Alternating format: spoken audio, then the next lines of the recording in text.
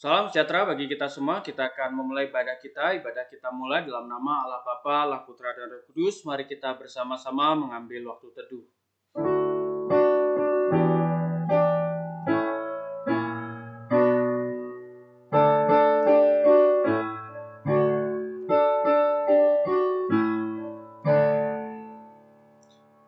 Amin. Kita bersama-sama mengagungkan Tuhan. Kita nyanyikan Glory be to God.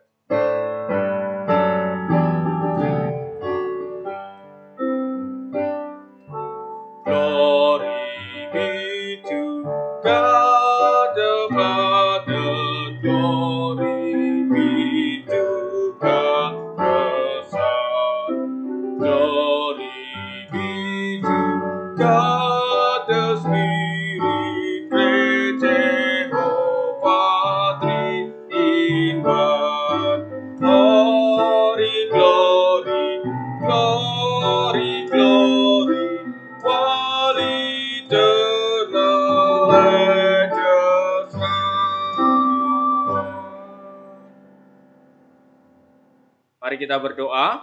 Bapa dalam surga, kami mengucap syukur kesempatan kali ini kami datang beribadah. Kiranya Tuhan berkenan memimpin dari awal hingga akhir.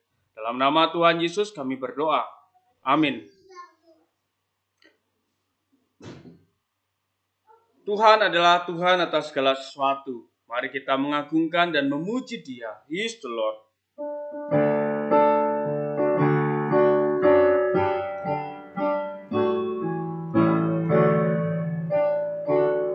He is the Lord of the sunshine, the Lord of the rain. He is the Lord of the good time, the Lord of the pain. He is the Lord of the mountain, the Lord of the sea. He is the Lord of the music, the Lord of the children, the Lord of you and me. He is the Lord of the sunshine, the Lord of the rain. He is the Lord of the good time, the Lord of the pain. He is the Lord of the mountain, the Lord of the sea. He is the Lord of the music, the Lord of the children, the Lord of you and me.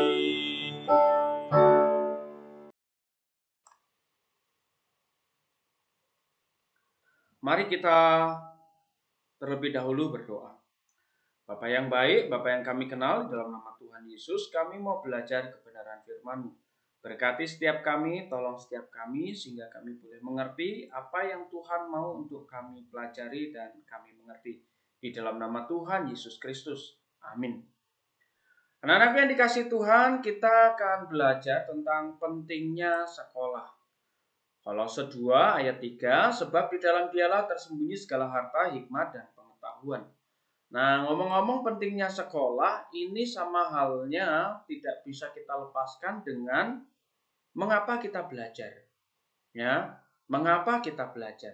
Pentingnya sekolah tidak bisa kita lepaskan dengan pertanyaan mengapa kita belajar. Nah, ada banyak orang ya punya alasan mengapa dia sekolah atau mengapa dia belajar. Oke. Beberapa di antaranya orang mengatakan saya belajar, saya sekolah karena ingin menggapai cita-cita. Ada beberapa lagi yang mengatakan saya ingin menjadi orang sukses. Ada juga yang mengatakan saya ingin membanggakan orang tua saya. Ada lagi yang mengatakan saya ingin memperbaiki ekonomi keluarga.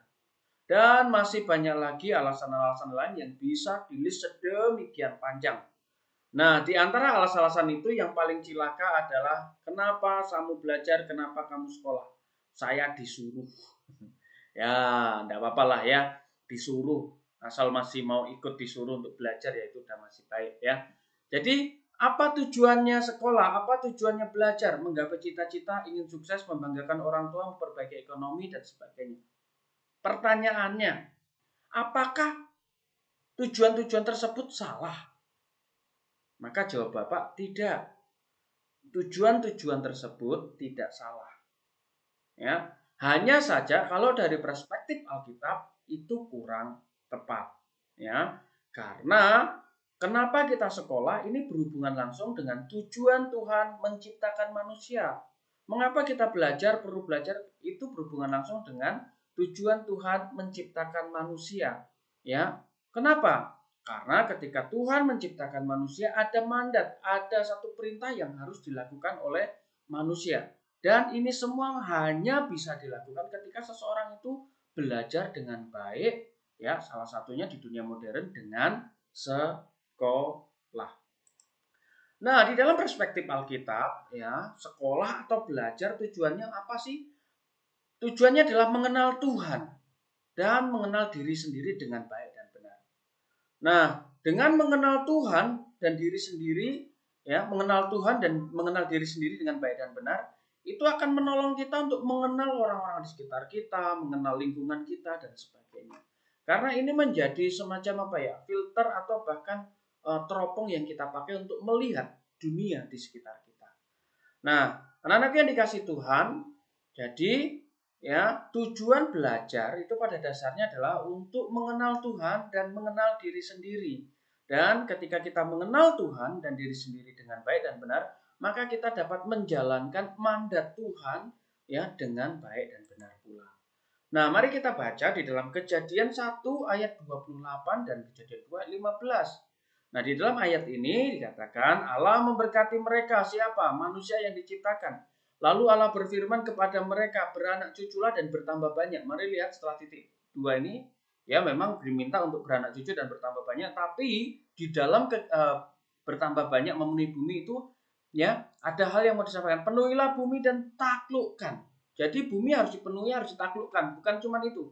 Berkuasa atas ikan-ikan di laut dan burung di udara dan atas segala yang merayap. Kemudian Kejadian 2 ayat 15. Tuhan Allah mengambil manusia itu dan menempatkannya di Taman Eden. Taman Eden itu di bumi ya. Untuk mengusahakan dan memelihara taman itu. Artinya apa? Artinya begini. Ketika Tuhan menciptakan kita, kita dituntut untuk dapat menaklukkan, mengusahakan, memelihara, mengelola apa? Mengelola segala sesuatu yang ada di lingkungan kita, mengelola yang ada di sekitar kita, mengelola bumi kita, ya. Dan untuk dapat mengelola itu dengan baik, maka kita perlu belajar mengenal Tuhan dengan baik dan benar, belajar mengenal diri kita dengan baik dan benar. Dengan belajar mengenal Tuhan dan diri kita dengan baik dan benar, maka kita juga bisa belajar mengenal sekitar kita dengan baik dan benar. Nah, anak-anak yang dikasih Tuhan, ya, jadi mandat ini menjadi salah satu bagian alasan kenapa kita harus belajar. Karena kalau nggak belajar, kita nggak bisa menjalankan mandat ini. Ya, kita nggak akan pernah bisa menjalankan mandat ini kalau kita tidak belajar. Terlebih, ya di zaman modern sekarang, ya ada banyak tantangan yang lebih luas lagi, lebih besar lagi, dan itu harus kita taklukkan. Nah, untuk bisa menaklukkan tantangan itu ya sekali lagi ya harus belajar. Contoh sederhana, bagaimana kita bisa memelihara hewan dengan baik kalau kita nggak belajar? Bayangkan ya, kalau misalkan Bapak memelihara anjing, tetapi Bapak tidak tahu bagaimana cara pelihara, bagaimana kasih makan, apa makanannya dan sebagainya. Maka Bapak melakukan begini. Bapak pelihara, beli anjing dari pet shop, kemudian ya Bapak pelihara sampai di rumah, Bapak kasih kayak sampah gitu, sampah sih rumput-rumputan, lalu dipakai supaya untuk dia tinggal di situ ya. Kemudian ya kayak sarang gitu maksudnya. Kemudian setelah itu Bapak carikan rumput yang hijau yang segar-segar untuk kasih makan anjing. Apa yang akan terjadi? Yang akan terjadi kemungkinan besar anjingnya tidak mau makan. Dan yang pasti kemungkinan besar juga mati. Kenapa? Ya anjing makannya bukan makan rumput. Nah, ini contoh sederhana. Nah, bagaimana kita bisa pelihara anjing dengan baik dan benar? Obatnya apa? Kalau sakitnya juga apa? Dia perlu apa saja? Cara peliharanya seperti apa? Kasih makan seperti apa yang baik dan benar? Ya, kita perlu belajar. Nggak cuma itu, masih banyak hal lagi yang lain, ya. Dan itu semua perlu dilakukan dengan belajar. Nah, lalu bagaimana caranya supaya kita belajar bisa efektif? Belajar efektif itu bisa dicapai dengan cara takut akan Tuhan. Kenapa? Karena takut akan Tuhan adalah sumber atau permulaan dari pengetahuan. Kalau pengen memiliki pengetahuan, memiliki hikmat, memiliki bijaksana, ya mulai takut dengan akan Tuhan. Karena takut akan Tuhan itu menjadi seperti apa ya? Begini, contohnya sederhana begini. Karena Bapak takut akan Tuhan, maka Bapak akan gunakan waktu Bapak dengan baik. Karena Bapak takut akan Tuhan, maka Bapak akan gunakan laptop, menggunakan HP itu dengan baik, dengan bijak. Kenapa? Meskipun orang tidak melihat, meskipun orang tua tidak lihat, tapi kita mengakui dan dengan jujur bahwa Tuhan melihat kita, maka kita gunakan hal itu dengan sebaik-baiknya karena kita bertanggung jawab penuh kepada Tuhan. Jadi ini semacam satu pagar yang menolong kita agar kita tetap on the track dengan cara yang benar. Ya, orang yang takut akan Tuhan juga akan belajar sungguh-sungguh, gak mungkin nyontek. Orang yang takut akan Tuhan pasti akan serius. Orang yang takut akan Tuhan bahkan ketika menjalankan profesinya nggak akan main-main, nggak akan sembarangan, nggak akan korupsi. Orang lain mungkin nggak lihat, tapi dia merasa bahwa Tuhan memperhatikan dan dia selalu berpikir bahwa apapun yang dikerjakan itu dipertanggungjawabkan kepada Tuhan. Jadi takut akan Tuhan adalah permulaan pengetahuan dan ini menjadi sesuatu yang penting yang akan menolong kita untuk dapat belajar dengan benar. Nah, satu hal yang disampaikan di dalam Kolose 2 ayat 3, sebab di dalam dialah tersembunyi segala harta, hikmat, dan pengetahuan. Artinya apa? Sebenarnya segala sesuatu yang ada di sekitar kita, ya, itu sumbernya daripada Tuhan. Asalnya daripada Tuhan. Maka untuk kita dapat mengetahui segala sesuatu dengan baik dan benar dimulai dengan takut akan Tuhan itu pasti. Dan memintanya kepada sang pemilik pengetahuan itu supaya kita dimampukan untuk bisa belajar efektif dan memiliki pengetahuan yang juga luar biasa, diberikan hikmat dan sebagainya. Ya, mintanya ke siapa? Ke Tuhan karena dia yang memiliki ya sumber dari atau harta, hikmat, pengetahuan. Dia adalah sumbernya. Ya, sumbernya. Jadi kalau kita dapatkan sumbernya, ya, dapatkan langsung dari sumbernya, maka kita bisa langsung dapatkan segala sesuatu yang kita perlukan.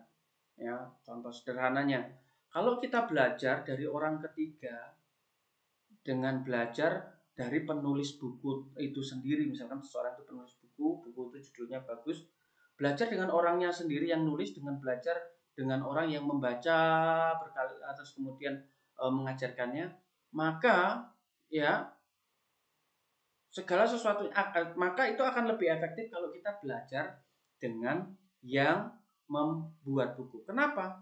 Perspektif dari buku itu, rencana, tujuan, apa sebagainya, bahkan gambarannya seperti apa, isinya seperti apa, yang nulis lah yang paling menguasainya. Nah sama, yang menciptakan alam semesta ini adalah Tuhan. Maka yang mengerti segala sesuatunya sumbernya ya Tuhan. Maka kita harus mintanya kepada Tuhan. Ya, minta kepada Tuhan diberikan hikmat, kemampuan untuk belajar.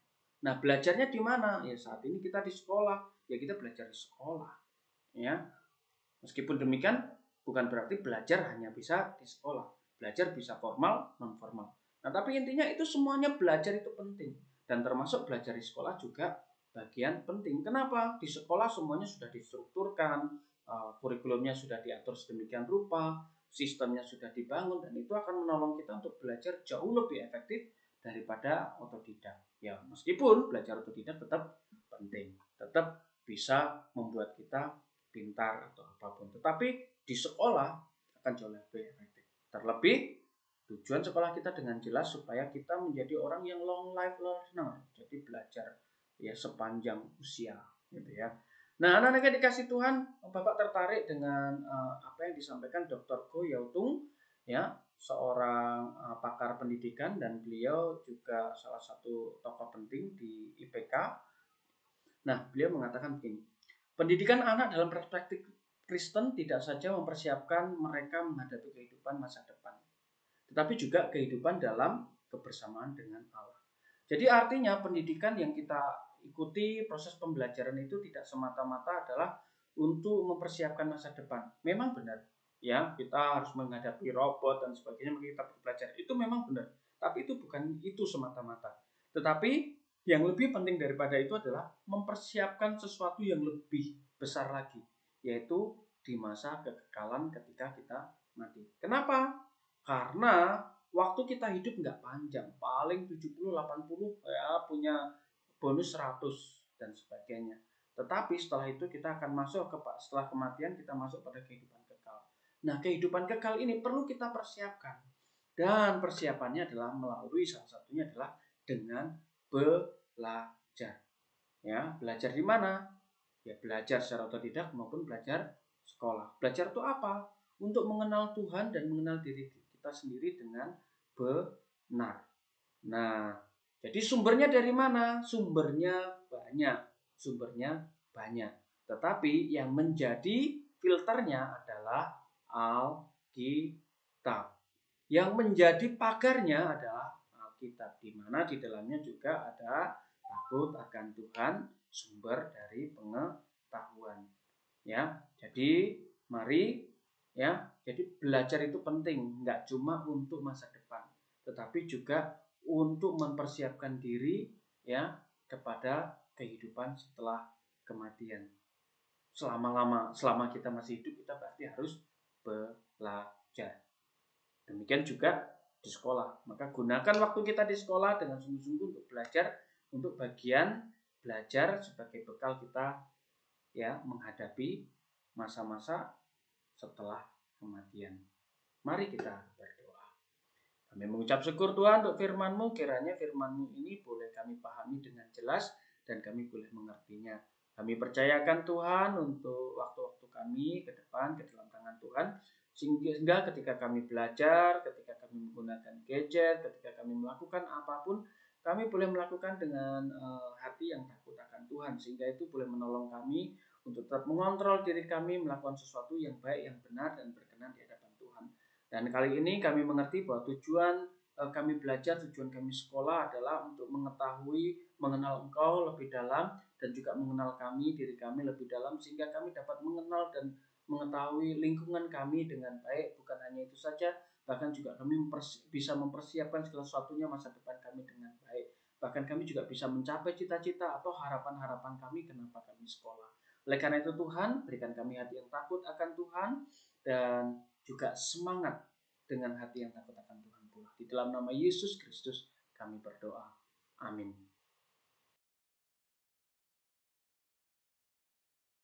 Kita nyanyikan Bapa terima kasih.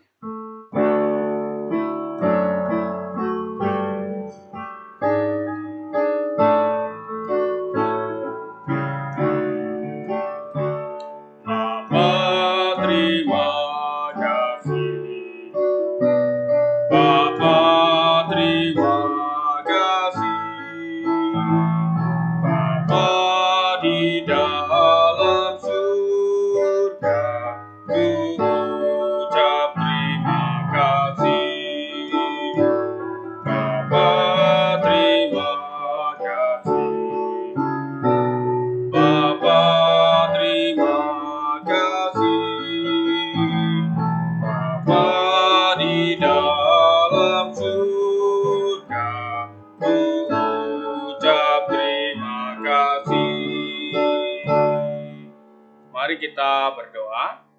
Mengucap syukur Tuhan untuk kesempatan kali ini boleh beribadah, memuji, menyembah Tuhan. Akhirnya sungguh Tuhan berkenan memberkati ibadah kami dari awal hingga akhir. Dan sungguh Tuhan apa yang kami kerjakan, yang telah kami kerjakan boleh berkenan. Dan kami berdoa menyerahkan untuk kegiatan sepanjang hari ini. Tuhan memberkati dari awal sampai akhir yang kami kerjakan. Dan juga Tuhan memimpin, menyertai, memberikan kesehatan, kekuatan, penyertaan untuk jaringan, perlengkapan yang kami pakai, kelistrikan kiranya juga Tuhan berkati. Kami percayakan juga untuk guru-guru kami yang mengajar, orang tua kami yang bekerja, bahkan seluruh atau setiap orang-orang yang ada di sekitar kami, kiranya Tuhan berkenan memberkati, menopang, dan menolong. Kami percayakan semua di dalam nama Yesus. Amin. Mari kita bersama-sama bersyukur, kita mengambil waktu teduh.